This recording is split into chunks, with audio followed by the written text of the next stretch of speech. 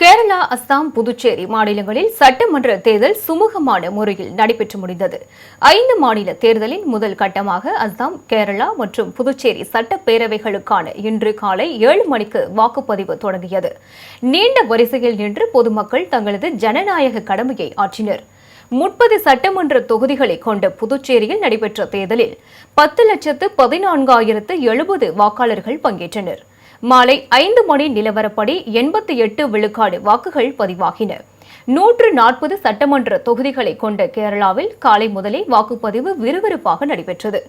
2,71,00,000 வாக்காளர்கள் இந்த தேர்தலில் பங்கேற்றனர். மொத்தம் 883 வேட்பாளர்கள் களத்தில் இருந்தனர். மாலை 5 மணி நிலவரப்படி 75 விழுக்காடு வாக்குகள் பதிவாகியுள்ளன.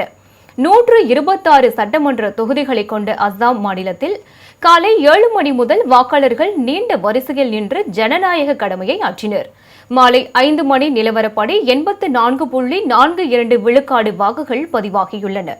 3 மாநிலங்களில் இன்று பதிவான வாக்குகள் அனைத்தும் தமிழ்நாடு மற்றும் மேற்கு வங்க தேர்தல் நிறைவுக்கு பின்னர் அடுத்த மாதம் 4ஆம் தேதி எண்ணப்படுகின்றன.